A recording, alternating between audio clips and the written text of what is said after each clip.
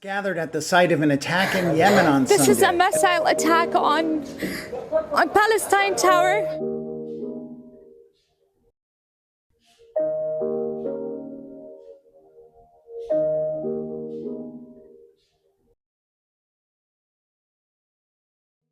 Okay. Okay, I'm not gonna stop recording. Yeah.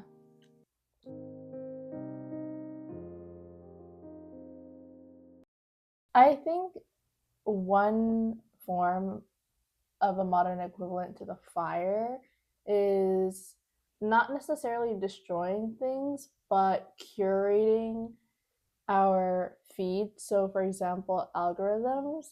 I think algorithms in social media, particularly IG Reels and TikToks, are very curated to what you like, what you interact with, and what you comment on. And so I think the algorithms of today, they're very, very strong and nuanced. And so the information isn't necessarily being destroyed. We're only seeing like a sliver of what we would normally see in like a regular newspaper.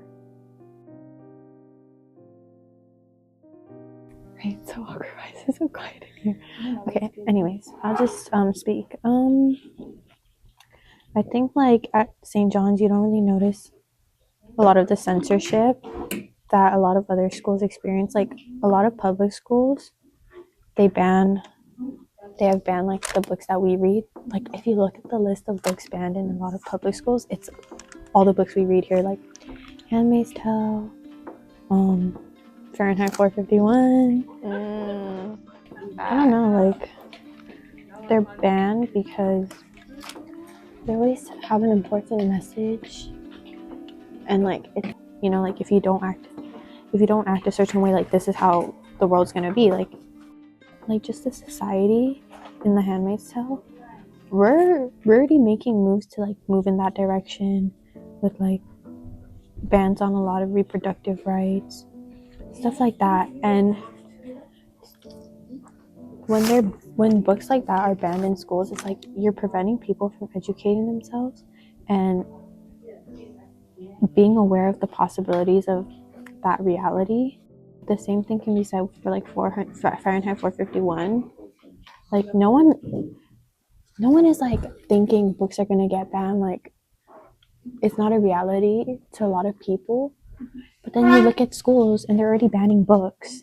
And it's like, wow, this is just the start of it. Like it could become much worse if people don't acknowledge that and like understand why books are being banned.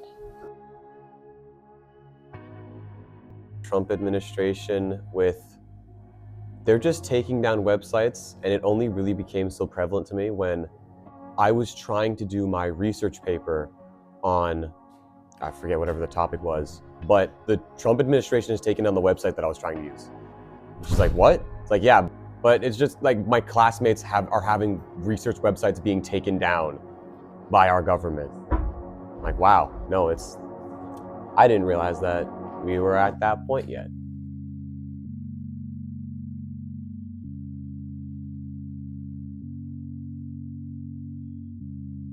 And I just click and watch it. I wouldn't say it's particularly numbing, but it's just really tragic for that time that I'm watching the video, whether it be 15, 30, 60 seconds. And then once I scroll to the next, it's sort of out of my mind.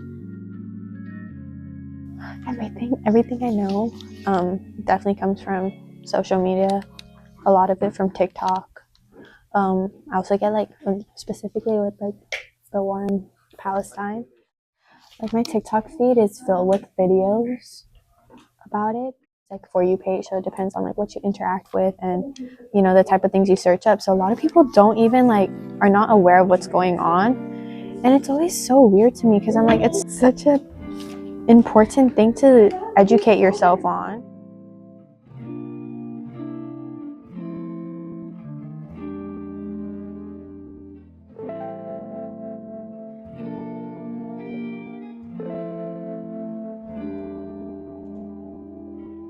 Like your For You page is a way of self-censoring because you're only going to get videos that you interact with and that you're interested in. So like in that example, because of that aspect of self-censorship, you're not aware of the things going on in the world. And it's like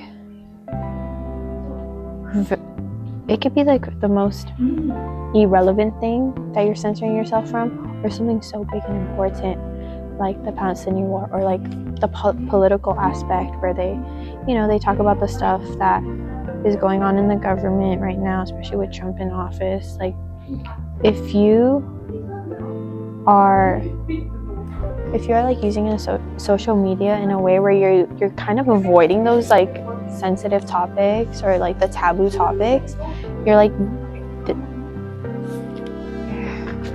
lacking so much education.